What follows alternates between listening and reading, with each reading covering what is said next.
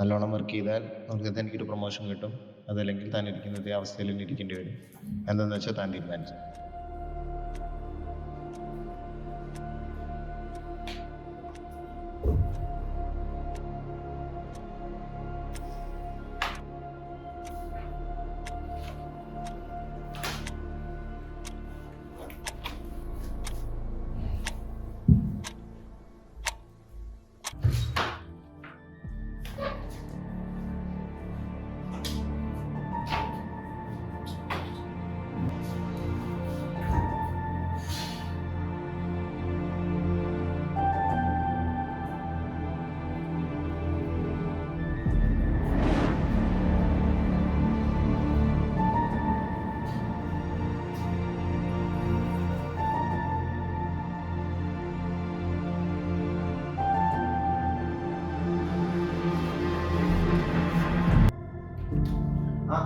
നീ എത്തിയോ?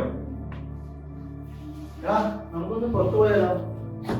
ഞാനല്ലടാ, എനിക്ക് തീരെ വയ്യ. എന്ത് പറ്റി? ഞാൻ 4 ദിവസം ലീവ് എടുത്ത് വീട്ടിൽ പോകണം.